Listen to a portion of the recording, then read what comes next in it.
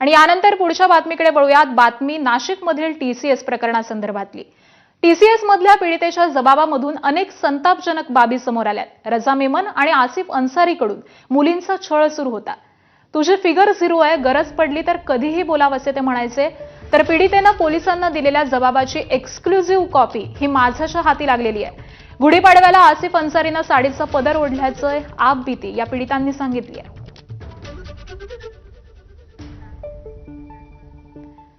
तर पीडितेने पोलिसांना नेमका काय जबाब दिलाय ते जाणून घेऊयात। काम जमत नसेल तर अडचण असेल तर मला सांगा। गुढीपाडव्याला रजा मेमननं माझ्या साडीचा पदर ओढला। मी वळून बघताच त्यानं वाईट नजरेनं हसत माझ्याकडे पाहिलं। आसिफ अन्सारी इतरत्र जागा असली तरी मुद्दाम माझ्याजवळ येऊन बसायचा। आसिफ अन्सारी माझ्याशी लगट करायचा, स्पर्श करायचा, घाणेरड्या कॉमेंट करायचा।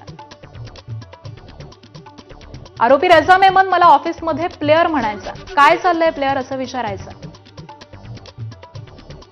आसिफनं एकदा तरी तुझी 0 फिगर आहे म्हणाला, सांगून देखील तो असंच बोलायचा।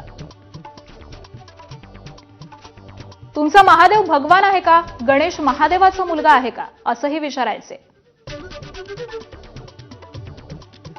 तर हे सगळं या पीडितेने पोलिसांना जबाबामध्ये सांगितलेलं आहे। आणि याच सगळ्या संदर्भामध्ये आपण अधिक माहिती जाणून घेऊयात। आमचे प्रतिनिधी मुकुल कुलकर्णी सध्या आपल्या सोबत आहेत।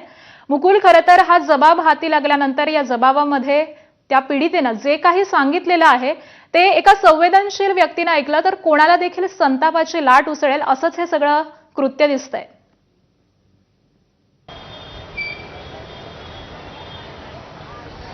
अगदी बरोबर आहे। आणि यावरनच ह्या मुली गेल्या काही वर्षापासून काय काय सहन करत असतील, त्यांचं किती मोठ्या प्रमाणामध्ये शोषण होत असेल याचा संपूर्ण उलगडा होत आहे।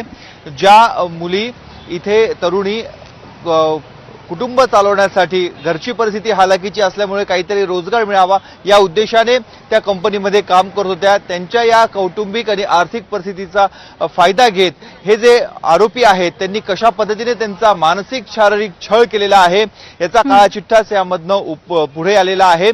त्या मुलींशी लगट करायचे, त्यांच्याशी जवळीक साधण्याचा प्रयत्न करायचे, त्यांच्या देहबोलीवर शेरेबाजी करत होते, आक्षेपार्ह त्यांच्यावर विधान केले जात होते आणि वाईट नजरेने त्यांच्याकडे बघत तर होतेच, परंतु तुम्ही तुमचा देव अशा स्वरूपामध्ये तुम्हाला मदत करण्यासाठी धावून येत नाही, तुम्ही ह्या देवाची उपासना करा अशा पद्धतीने त्यांच्या धर्मामधल्या देवदेवतांविषयी देखील ते आक्षेपार्ह बोलणी करत होते। यामुळे FIR जी दाखल करण्यात आलेली आहे त्यातनं अनेक गोष्टींचा खुलासा होत आहे। या संपूर्ण प्रकरणाची नाशिकमध्ये आलेल्या राष्ट्रीय महिला आयोगाच्या सदस्यांनी देखील माहिती घेतलेली आहे। त्यांनी त्यांचा अहवाल देखील आता तयार करायला सुरुवात केलेली आहे आणि जे आरोपी आहेत त्यांच्यावर कठोर शासन केलं जाईल अशा स्वरूपाचा विश्वास देखील व्यक्त करण्यात आलेला आहे। परंतु ही केवळ एकाच मुलीची, एकाच तरुणीची फिर्याद आहे।